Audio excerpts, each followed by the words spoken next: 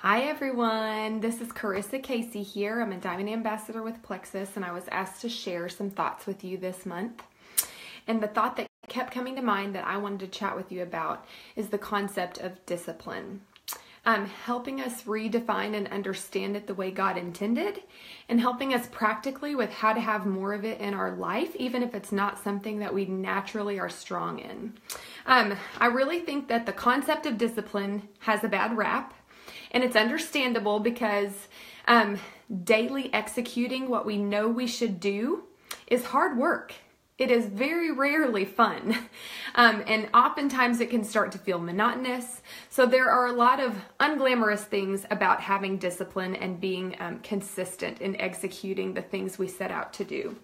I also know that some of us have negative associations with the word discipline because it reminds us of being disciplined by our parents when we were growing up. So we're overcoming a lot when the concept of discipline comes into play. I realize that.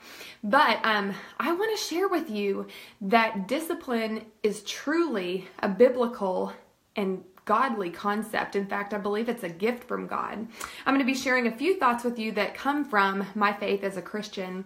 And while you may not share my faith, I believe that you'll be able to apply this to your life and apply it to your Plexus business anyway. So the first thing I want to talk about with you is the scripture, 2 Timothy 1:7. This is one that I have my kids memorize.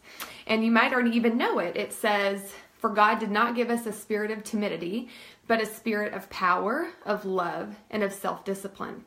And we love the power and the love, touchy-feely words. And then the self-discipline is not so fun sometimes.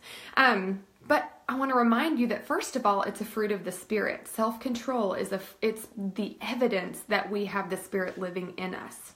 I also wanted to point out to you that scripture, a spirit of power, love, and self-discipline, it sometimes is translated as sound mind, self-discipline, or having a sound mind. And that phrase is also used in a different Bible story when Jesus heals the demon-possessed man. And that story says that after he was healed, the man is sitting there of sound mind. And it tells us that being self-disciplined, having a sound mind, means regaining the ability for my mind to control my flesh.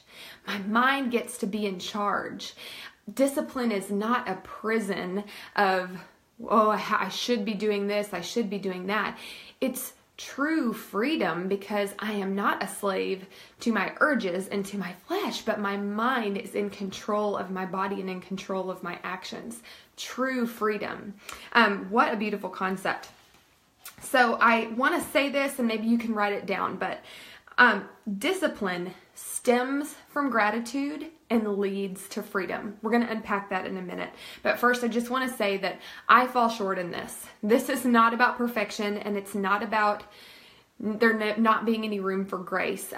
Yes, this is something that I tested strong in when I did the StrengthsFinder quiz, but I do fall short constantly, as all of us do, because it's so much easier to settle back into that comfort zone.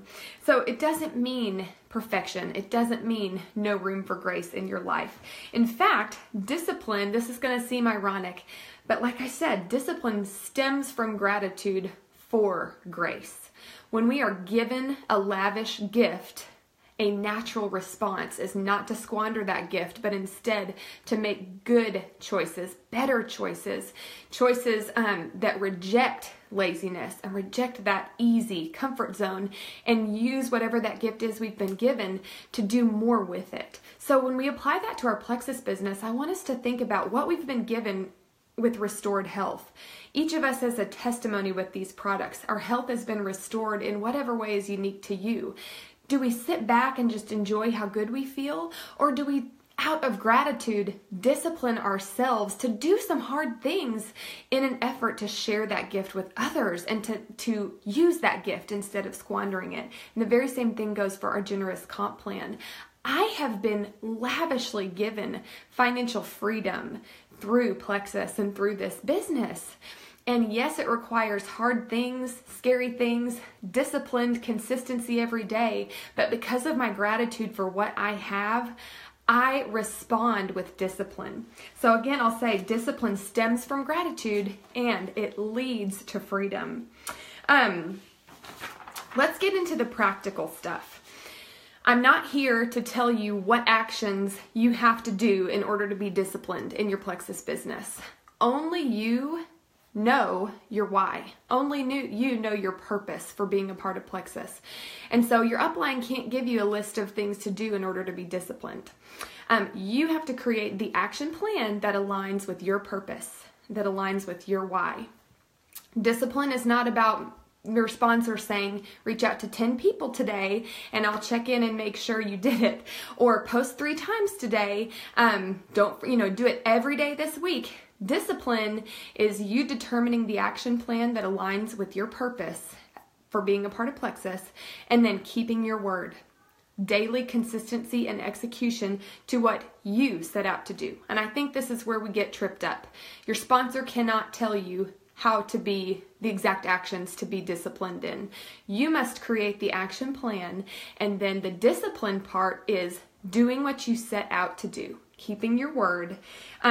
One little practical admonition is you have to be careful and intentional with your commitments on the front end. If you're careful and intentional with your action plan and your commitments on the front end, then the execution is simple and straightforward. It doesn't get all messy, and it's not easy to back down on because you have clearly defined your action plan and you know it's in alignment with your values, and all you have to do is follow through and execute it. Discipline, you've probably heard this quote, discipline is remembering what you truly want and refusing to sacrifice it for what you want right now. The last thing I want to leave you with comes from one of my favorite leadership speakers. His name's Jocko Willink. And he is talking about practically how do we become better at discipline. He says most of us are not defeated in one decisive battle. We are defeated one tiny, seemingly insignificant surrender at a time that chips away at who we really should be. I'll pause there. Think of little insignificant surrenders in your day-to-day life. This is how we become more disciplined. We take the little things and we exercise discipline in those so that they can add up to a lifestyle of discipline.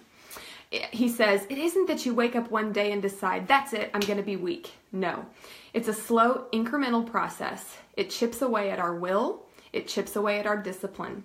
We sleep in a little later, we miss a workout, then another. We start to eat what we shouldn't eat or drink what we shouldn't drink. And without realizing it, one day you wake up and you have become something that you never would have allowed. Instead of strong, you're weak. Instead of disciplined, you're disorganized and lost. Instead of moving forward and progressing, you're moving backward and decaying. And those things happen without you seeing them, without you recognizing them. So you have to be vigilant. You have to be on guard, and you have to hold the line on the seemingly insignificant little things. They're things that shouldn't matter, but they do. So that's my encouragement to you practically. Think about those seemingly insignificant little things where we don't exercise discipline and decide to hold the line. Decide that they do matter and that they're going to add up to you being a person who lives by your word and who's consistent in the disciplines that you set your mind to. Thank you so much. Happy December, everybody.